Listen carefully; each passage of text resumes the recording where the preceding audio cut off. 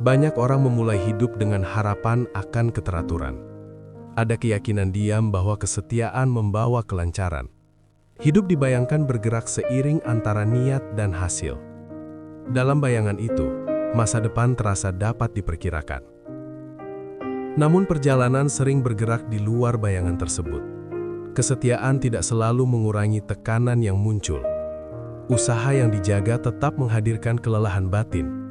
Di antara hari yang berjalan, jarak mulai terasa. Jarak ini tidak selalu tampak sebagai krisis besar. Ia hadir perlahan dalam ketidaksesuaian yang berulang. Harapan dan realitas tidak lagi berjalan seiring. Ketegangan tumbuh tanpa penanda jelas. Banyak orang tidak menolak iman yang dipegang. Yang muncul adalah kebingungan yang jujur dan sunyi. Mengapa jalan terasa berat ketika niat dijaga? Mengapa kesetiaan tidak selalu membawa kelegaan? Pergumulan semacam ini jarang diberi ruang aman. Ia sering disimpan agar hidup tetap terlihat utuh. Namun di dalam batin, pertanyaan tetap hidup. Ia tidak mencari jawaban cepat. Pada titik ini, tidak ada solusi yang ditawarkan. Tidak ada arah yang dipaksakan. Hanya pengakuan bahwa hidup tidak selalu ramah. Keheningan menjadi tempat berdiri pertama. Marilah membuka satu suara dari perjalanan lama. Kitab Yeremia 20 ayat 7. Engkau telah membujuk aku ya Tuhan, dan aku membiarkan diriku dibujuk. Engkau telah memaksa aku, dan Engkau telah menang. Aku telah menjadi tertawaan sepanjang hari. Semuanya mengolok-ngolokkan aku. Kata-katanya tidak dirancang untuk menenangkan. Ia disimpan karena kejujurannya. Suara ini tidak lahir dari ruang yang aman. Ia muncul dari perjalanan yang penuh gesekan. Ketegangan tidak disamarkan dengan bahasa lembut. Kejujuran dibiarkan terdengar apa adanya. Ayat ini tidak menutup ketegangan yang telah muncul. Ia justru memperdalamnya dengan tenang.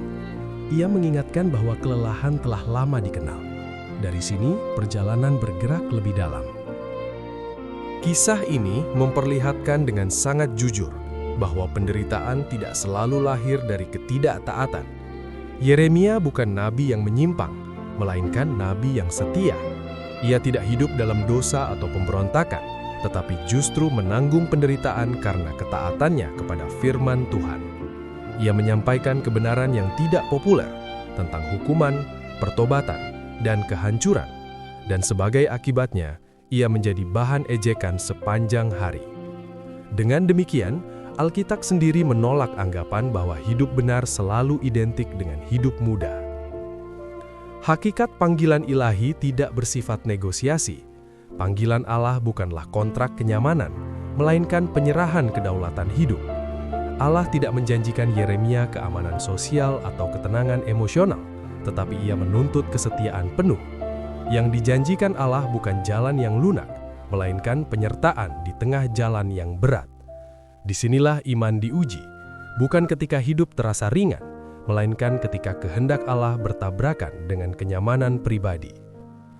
Pengalaman Yeremia menunjukkan bahwa kebenaran seringkali berlawanan dengan selera mayoritas.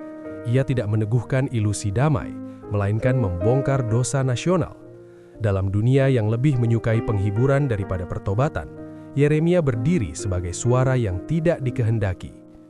Karena itu, hidupnya menjadi sulit. Hal ini menegaskan satu realitas rohani. Hidup yang mudah seringkali merupakan hasil kompromi, sedangkan hidup yang setia kerap kali berujung pada penolakan. Pada akhirnya, Yeremia 20 ayat 7 menegaskan satu kebenaran iman yang jujur, bahwa ketaatan tidak menjamin hidup yang mudah, tetapi ketaatan menjamin bahwa hidup kita berada di tangan Allah. Dan berada di tangan Allah, meskipun melalui jalan yang berat, jauh lebih berharga daripada hidup yang mudah, tetapi kosong dari kebenaran. Dalam dunia yang mengejar kenyamanan, Yeremia mengingatkan bahwa kesetiaan kepada Allah tetaplah panggilan tertinggi umatnya.